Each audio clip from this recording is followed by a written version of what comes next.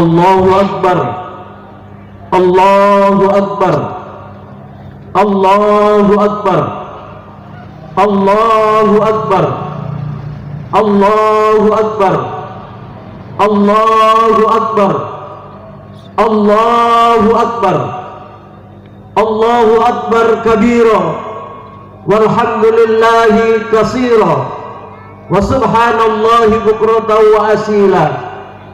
La ilaha illallah, sadaqa wa'dah, wa nasara 'abdah, wa 'azza jundah, wa hazamal ahzaba wahdah. Ashhadu an la ilaha illallah wahdahu la syarika lah, wa ashhadu anna Muhammadan abduhu wa rasuluhu la nabiyya ba'dah. Amma ba'du, faqala Allah ta'ala fil Qur'anil Karim, a'udzu billahi minasy syaithanir rajim. Ya ayyuhalladzina amanu taqullaha wa qulu qawlan sadida yuslih lakum a'malakum wa yaghfir lakum dhunubakum ila akhir ayah. Wa qala aidan ya ayyuhalladzina amanu taqullaha haqqa tuqatih wa la tamutunna illa wa antum muslimun. Allahumma arhamna bil Qur'an. Ma'asyiral muslimin rahimakumullah. Saya selaku khatib sebelum menyampaikan khutbah, terlebih dahulu saya berwasiat kepada pribadi saya khususnya dan umumnya kepada jamaah sekalian. Sungguh Allah telah memberikan kabar gembira kepada kita, dan kabar gembira ini Allah abadikan dalam Al-Qur'anul Karim. A'udzubillahi minasyaitonir rajim. Wa basyiril ladzina amanu wa 'amilus shalihah anna lahum jannatin tajri min tahtihal anhar kullama ruziqu minha min samarati rizqan qalu hadzal ladzi ruziqna min qablu wa utubihi mutasyabiha wa lahum fiha azwajun mutahharah hum fiha khalidun. Sampaikan kabar gembira kepada orang-orang yang beriman dan beramal soleh, bagi mereka adalah surga. Maka dari itu kita bersama-sama raih surganya Allah dengan cara meningkatkan kualitas takwa kita kepada Allah dengan sungguh-sungguh dan benar. Sering saya sampaikan, pengertian dan makna takwa yang sesungguhnya kepada Allah adalah imtisalul awamir wajtinabun nawahi.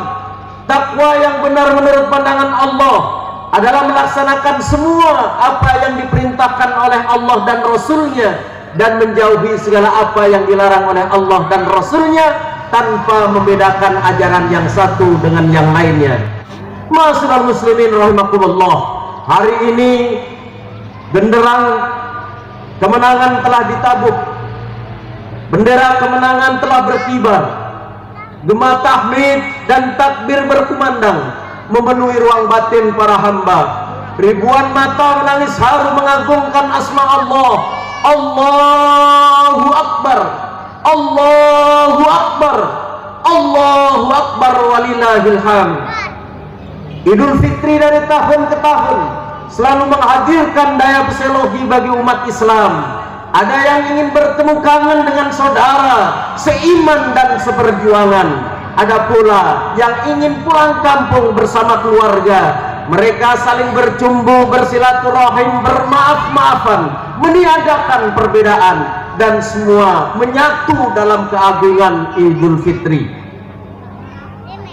Pada hari ini ketika kita sedang melaksanakan sholat Idul Fitri, umat Islam tampak begitu kokoh, umat Islam tampak begitu kuat, ka'annahum bunyanun marsus, persis ketika zaman Rasulullah SAW menundukkan kota Makkah.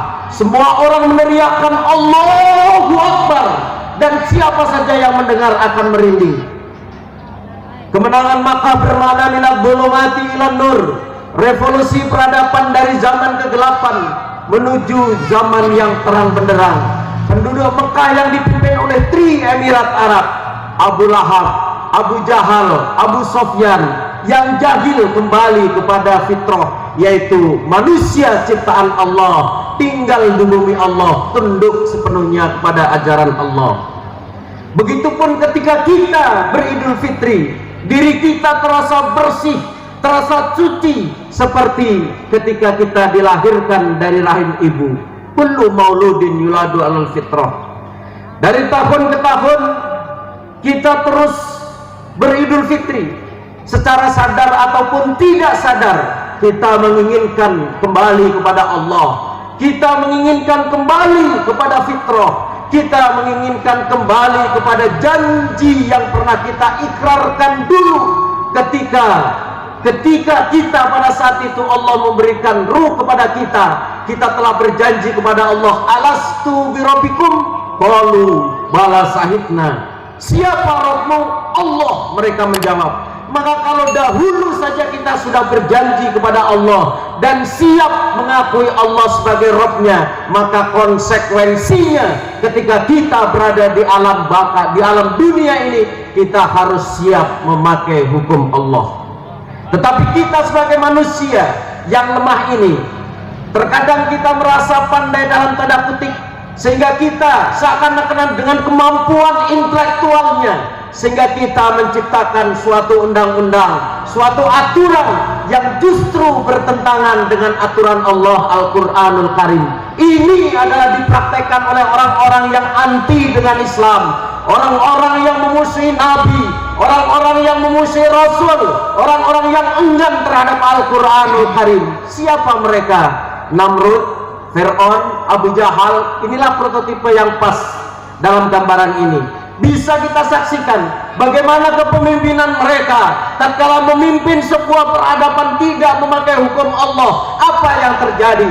Penindasan terjadi di mana-mana, ketidakadilan merajalela, bahkan kemaksiatan terjadi di mana-mana. Dan ironisnya apa? Semua kemaksiatan seakan-akan dilegalitas oleh sang penguasa. Ma'asyiral muslimin rahimakumullah.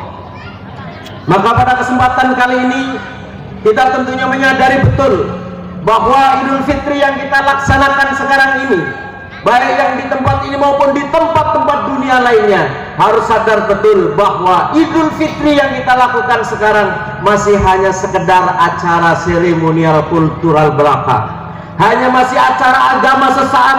Karena apa? Setelah selesai pelaksanaan sholat Idul Fitri, umat Islam kembali gamang seperti sedia kala, bagaikan buih di atas lautan, sementara perahu besar dengan angkuh dan sombongnya memimpin sebuah peradaban, sementara sang Kan'an pada saat itu berteriak di tepi lautan. Kalau dahulu perahu besar itu adalah Nuh sebagai nahkodanya, beliau menjalankan, memutarkan dan mengendalikan perahu itu dengan konsep Allah, yaitu Al-Quranul Karim. Sementara sang Kan'an, mereka memprotes apa yang pernah diperjuangkan oleh sang bapak. Tapi setelah sekian tahun, bahkan ribuan tahun sampai hari ini, Kan'an telah mengambil alih peradaban. Bahkan sampai hari ini Kan'an masih memimpin sejarah. Maka tentunya dibutuhkan Idul Fitri yang sesungguhnya. Lahirlah di antara kita ini generasi-generasi yang pemberani, bukan generasi-generasi yang cengeng, generasi-generasi yang ketika kita sebut Al-Quranul Karim mereka takut, generasi-generasi yang ketika syariat Islam hendak ditegakkan mereka mundur. Disitulah butuh generasi-generasi Nuh, generasi-generasi Ibrahim, generasi Musa, generasi Isa, dan generasi Muhammad SAW. Bukankah kita semua tahu Nabi Nuh juga pernah beridul fitri? Bagaimana idul fitrinya Nabi Nuh? Nuh beridul fitri dengan perahu kemenangan. Nabi Ibrahim juga pernah beridul fitri, dengan idul fitrinya adalah Baitullah Ka'bah.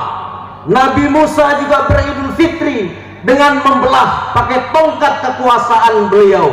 Nabi Isa pun beridul fitri dengan menghidupkan jiwa-jiwa yang mati, jiwa-jiwa yang pengecut, jiwa-jiwa yang perempuan dibangkitkan dan dihidupkan oleh Nabi Isa.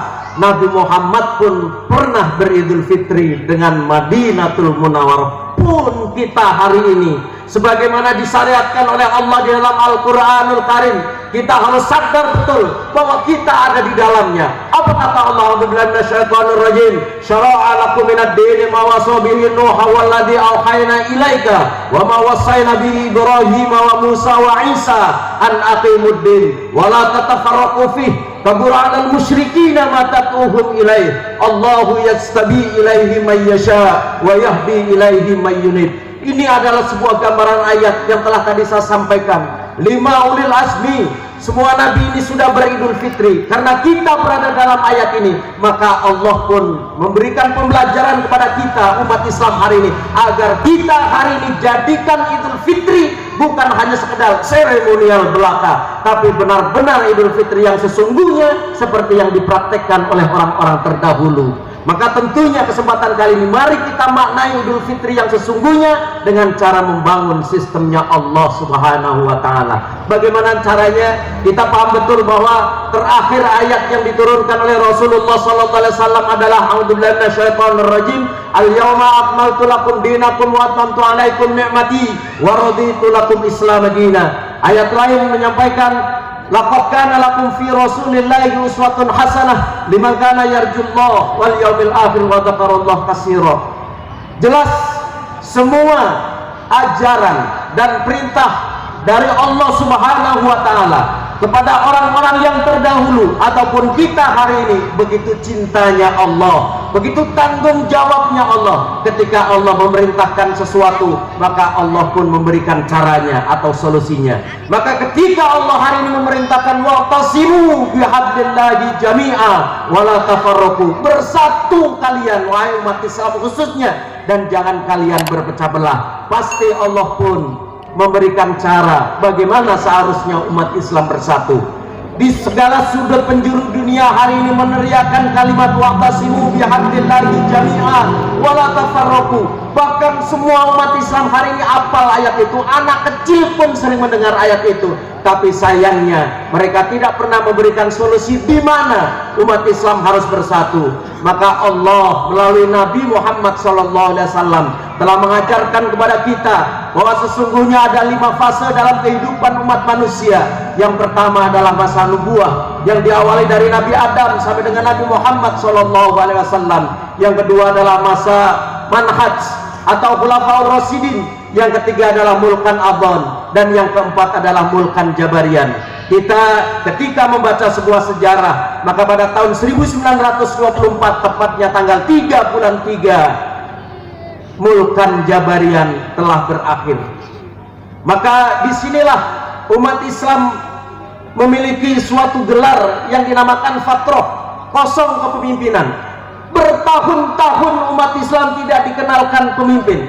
Bertahun-tahun umat Islam sengaja untuk menghindar dari sebuah firman Allah, surat An-Nisa 59 yang berbunyi a'udzubillahi minasyaitonir rajim, ya ayyuhalladzina amanu atiiullaha wa atiiur rasul wa ulil amri minkum fa in tanasya'tum fi syai'in farudduhu ilallahi wa rasulih in kuntum tu'minuna billahi wal yaumil akhir dzalika khairu ahsanu ta'wila. Hai orang-orang yang beriman, taatlah kalian kepada Allah, taatlah kalian kepada Rasulullah, dan taatlah kalian kepada ulil amri. Ketika Allah menyebutkan di dalam Al-Quran Al-Misra, maka wujudnya negeri Mesir ada. Ketika Allah menyebutkan Baitullah Ka'bah, maka Ka'bah ada di negeri Mekah. Ketika Allah menyebutkan ulil amri minkum, seharusnya umat Islam berpikir, kenapa dari beberapa contoh ayat selalu ada bayannya, tapi ketika hari ini umat Islam disuruh oleh Allah, diperintahkan oleh Allah untuk taat kepada pemimpin, umat Islam tidak mau menunjuk siapa pemimpin umat Islam. Hari ini menjadi rekor utama bahwa umat Islam sampai pada akhir ini sedikit sekali yang mampu dan bisa menunjukkan siapa pemimpin umat Islam. Nabi sudah menyampaikan kanat banu Israilu tasuhumul anbiya, bahwa sesungguhnya pemimpin umat Islam itu hanya 2 gelarnya. Dari Nabi Adam sampai Nabi Muhammad, pemimpin umat Islam gelarnya Nabi dengan sistem nubuah. Setelah Nabi Muhammad wafat, maka pemimpin umat Islam adalah khalifah dengan sistem khilafah. Ketika beliau menyampaikan hadis ini didengar oleh para sahabat-sahabat Rasulullah SAW, termasuk di dalamnya Abu Bakar mendengar, Khulafaur Rasyidin semuanya mendengar. Maka ketika Rasulullah wafat, 4 sahabat yang hebat ini tidak mendirikan 4 partai, tapi beliau bermusyawarah siapa yang pantas menjadi seorang khalifah. Maka setelah akhirnya bermusyawarah, diangkatlah Abu Bakar As-Siddiq sebagai khalifah yang pertama. Jelas orang-orang hebat hidup, orang-orang salafi hidup berkepemimpinan. Setelah wafatnya Rasulullah, mereka hidup di bawah naungan sistem kekhilafan Islam yang dipimpin oleh seorang khalifah. Maka kalau kita hari ini berani mengklaim diri kita orang salafus soleh, maka harus siap kita ini hidup dalam kepemimpinan di bawah pimpinan seorang khalifah. Ma'asyiral muslimin rahimakumullah, masa fatrah yang cukup panjang, kurang lebih 73 tahun, menjadikan umat Islam awam terhadap pemimpin. Masa fatrah yang cukup panjang menjadikan umat Islam tidak lagi kenal terhadap ulil amrinya. Masa fatrah yang cukup lama menjadikan umat Islam antipati terhadap syariat Islam, benci terhadap syariat Islam. Mereka lebih bangga, mereka lebih merasa sempurna hidupnya, sempurna iman dan Islamnya ketika mereka sudah melakukan sholat, ketika mereka sudah melaksanakan saum, ketika mereka sudah melaksanakan pergi haji. Seakan-akan ritual itulah kesempurnaan Islam bagi dirinya. Padahal kalau kita kembali melihat perjalanan Rasulullah SAW, sungguh perintah sholat, sungguh perintah haji adalah di akhir-akhir ketika beliau hendak wafat. Artinya yang beliau perjuangkan selama bertahun-tahun, khususnya 13 tahun lamanya di negeri Mekah, apa itu? Wa'tasimu fi hablillahi jami'a wa la tafarraqu, bersatu kalian, maka janganlah kalian berpecah belah. Pada kesempatan kali ini, setelah kita tahu bahwa pada tanggal 18 Juli tahun 1997, setelah mengalami fatrah kepemimpinan 73 tahun, kekhilafan Islam dimaklumatkan kembali, dikabarkan kembali kepada umat Islam sedunia oleh Syekh Abdul Qadir Hasan Al-Baroja. Maka hari ini alhamdulillah kita sudah berada dalam 23 tahun di bawah kepemimpinan seorang khalifah. Tapi masih banyak juga hari ini orang yang menganggap bahwa pemimpin umat Islam adalah presiden partai, pemimpin umat Islam adalah lembaga, presiden, dan seterusnya. Setelah kita kembali kepada sejarah bahwa pemimpin umat Islam setelah Nabi Muhammad adalah khalifah atau amirul mukminin.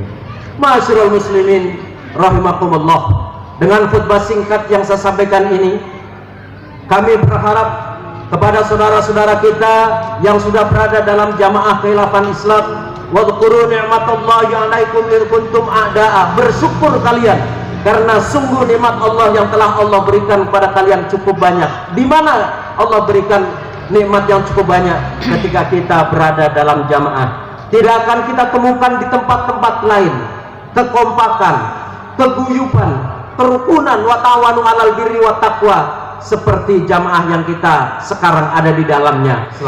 Itulah khutbah singkat yang saya sampaikan, mudah-mudahan bermanfaat khususnya kepada pribadi saya dan umumnya kepada jamaah sekalian. Barakallahu wa lakum fil Qur'anil azim wa nafa'na wa iyyakum bima fihi minal ayati wa dzikril hakim.